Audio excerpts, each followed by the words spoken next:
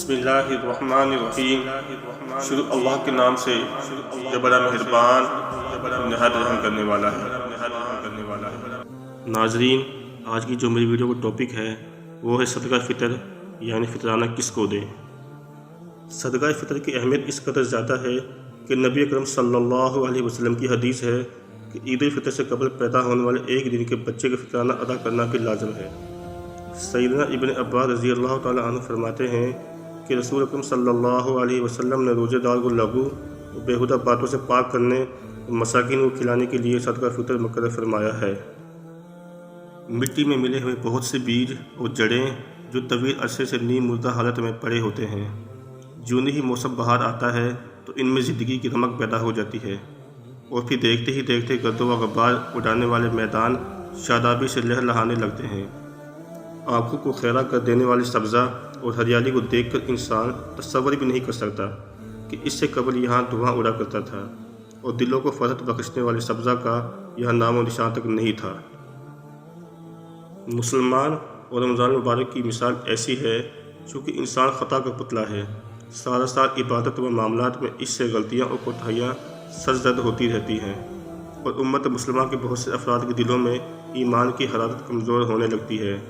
اللہ تعالیٰ رمضان مبارک کا موسم بہار لے آتا ہے،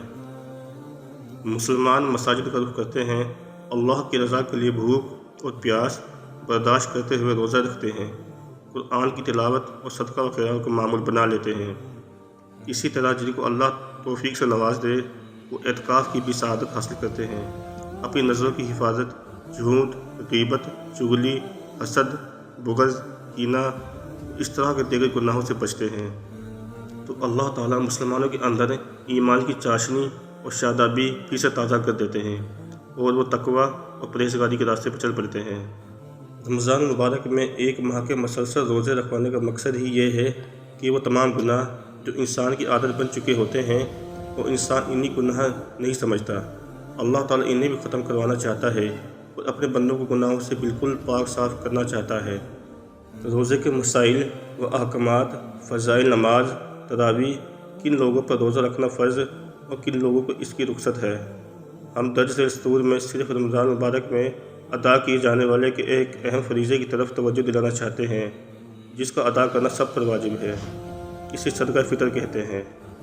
صدقہ فطر کی اہمیت اس قدر زیادہ ہے کہ نبی اکرم صلی اللہ علیہ وسلم کی حدیث ہے کہ عید الفطر سے قبل پیدا ہونے والے ایک دن کے بچے کا فطرانہ ادا کرنا بھی لازم ہے۔ سیدنا ابن عباس رضی اللہ تعالیٰ عنہ فرماتے ہیں کہ رسول اکرم صلی اللہ علیہ وسلم نے روزے دار کو لغو اور بیہودہ باتوں سے پاک کرنے اور مساکین کو کھلانے کے لیے صدقہ فطر مقرر فرمایا ہے، لہذا جو نماز عید سے قبل ادا کرے اس کا صدقہ مقبول ہوا اور جو نماز کے بعد ادا کرے تو عام صدقوں میں سے ایک صدقہ ہے، نہ کہ واجب صدقہ، یعنی اسے صدقہ فطر نہیں کہا جا سکتا۔ اللہ تعالیٰ قرآن پاک میں کہتے ہیں کہ ان امیروں کے مال میں سے سائل اور محروموں کا حق ہے، اس لیے یہ بات بھی ذہن نشین رہنی چاہیے کہ غربا و مساکین کو صدقہ فطر ادا کرنا ان پر کوئی احسان نہیں ہے۔ نبی اکرم صلی اللہ علیہ وسلم کی حدیث ہے کہ صدقہ فطر ادا کرنا ہر غلام اور آزاد مرد اور عورت اور چھوٹے اور بڑے مسلمان پر فرض ہے۔ بعض کم علم لوگ اس کی اہمیت کو کم کرنے کی کوشش کرتے ہیں جو کسی صورت درست نہیں۔ صحیح احادیث میں صدقہ فطر کی مقدار ایک سا یعنی تقریباً 2.5 کلو ہے۔ مختلف صحیح احادیث میں صدقہ فطر کی ادائیگی کے لیے مندرجہ ذیل چیزوں کا ذکر ہوا ہے: گندم، جو، کھجوروں، آٹا، پنیر اور عام خوراک، مثلاً دالیں، چنا، سوجی وغیرہ۔ یہاں یہ وضاحت ضروری ہے کہ علماء کرام کا کہنا ہے کہ صدقہ فطر ہر گھرانے پر اس کی استطاعت اور حیثیت کے مطابق فرض ہے، یعنی امیر اور غریب دونوں پر ایک ہی جنس کے حساب سے فطرانہ ادا کرنے کی بات درست نہیں ہے۔ جن گھرانوں کے باورچی خانوں میں گندم کے ساتھ ساتھ چاول، پنیر، کھجور وغیرہ کثرت سے استعمال ہوتے ہیں، ان کو چاہیے کہ وہ 2.5 کلو گندم کے حساب سے فطرانہ دے کر ہی گزارا کرنے کی کوشش نہ کریں، بلکہ اپنی حیثیت کے مطابق جو چیزیں آپ کثرت سے استعمال کرتے ہیں وہ اعلیٰ اور قیمتی چیزیں بطور صدقہ فطر ادا کریں، مثلاً پنیر، کھجور وغیرہ، یا اس کی مالیت کے مطابق رقم ادا کریں تاکہ غریبوں کو بھی مہنگی اور اچھی اشیاء کھانے کو مل سکیں۔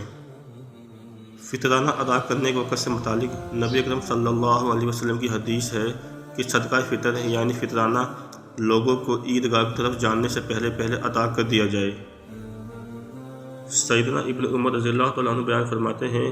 کہ لوگ یہ صدقہ عید سے 1-2 روز پہلے دے دیا کرتے تھے۔ صدقہ فطر کا ابتدائی وقت عید سے چند روز پہلے اور آخری وقت عید کی نماز سے پہلے ہے۔ علماء کرام نے یہاں بھی مختلف احادیث کو تطبیق دیتے ہوئے یہ بات کہی ہے کہ فطرانہ جس قدر جلد ممکن ہو سکے عطا کرنا چاہیے تاکہ مستحق لوگ تک بروقت پہنچ سکے اور انہیں بھی عید کی خوشیوں میں شریک کیا جا سکے۔ اللہ پاک مجھے اور آپ سب کو صدقہ فطر یعنی فطرانہ جلد سے جلد عطا کرنے کی توفیق عطا فرمائے، آمین۔ ناظرین، میری ویڈیو اگر آپ کو پسند آئی ہو تو please like, comments, subscribe, share کرنا نہ بھولیے گا۔